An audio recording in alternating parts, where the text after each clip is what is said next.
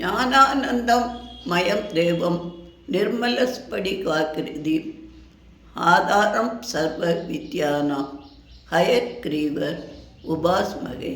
வணக்கம் நேயர்களே. இன்று நாம் பார்க்க இருப்பது 10/5/2024 வரக்கூடிய அட்சய திருதியை, அந்த நாளோட சிறப்பை பார்க்க போகிறோம். அதோட சிறப்பு என்ன அப்படின்னா, நம்மை படைத்த இந்த உலகத்தை படைத்த நாளாம். பிரம்மா உலகத்தை அன்னைக்கு தான் படைச்சாராம். அதனால் சிறப்பு, மகிழ்ச்சிக்கான நாளாக இதை கொண்டாடுறாங்க.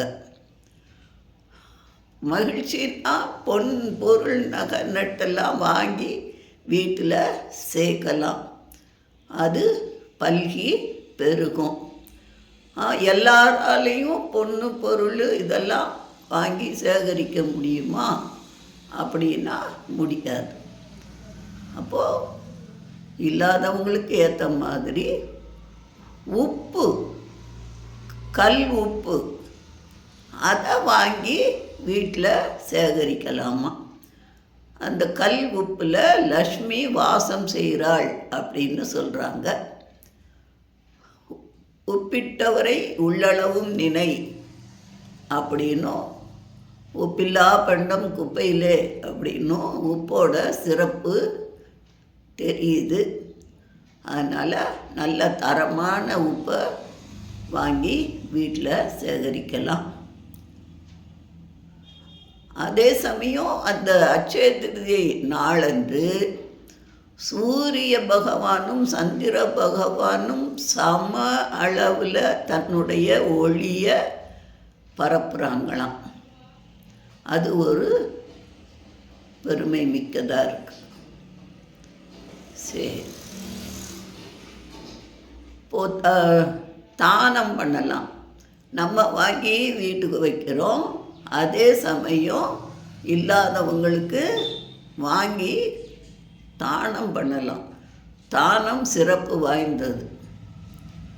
அப்போது தானம் கொடுக்குறவங்களும் சரி, தானம் வாங்குறவங்களும் சரி, ஒரே நல்ல மனநிலையில் இருந்தால் தான் அந்த தானத்துக்கு மதிப்பு உண்டு, பவர் உண்டு அப்படி சொல்கிறாங்க. சும்மா ஏனோ தானோ அப்படின்னு பந்தாவுக்காக தானம் பண்ணுனா அதுக்கு வேல்யூ கிடையாது. அப்போது தானம் பண்ணையில் அந்த அடர்ந்த செந்தாமரை போல் அந்த மனம் உள்ளம் எல்லாம் இருக்கணும். வாங்குறவங்களும் அப்படியே இருக்கணும். சரி, எல்லாராலையும் தானம் கொடுக்க முடியுமா? கொடுக்க முடியாது. அப்போது ஒரு வெயிலில் செருப்பு இல்லாமல் நடந்து போகிறவங்களுக்கு செருப்பு வாங்கி கொடுக்கலாம், கொடை வாங்கி கொடுக்கலாம். அங்கங்கே நீர் மோர் வைக்கலாம். அதெல்லாம் தானத்தில் வர்றது தான்.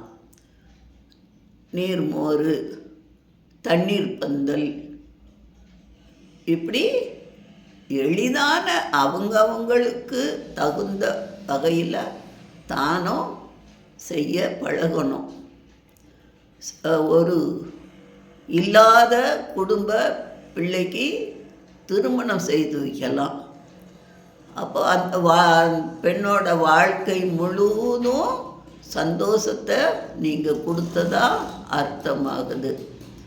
அப்போ ஒரு குடும்பத்தை சந்தோஷமாக வாழ வைக்கக்கூடிய அளவு நீங்கள் கொடுக்குற தானம் இருக்கணும். அது தானத்துக்கே சிறந்தது. சரி, கல்வி தானம், கல்வியை கற்றுக் கொடுக்கலாம். வித்யாதானம், வித்தைகள், கலைகள், இதுகளையெல்லாம் கற்றுக் கொடுக்கலாம்.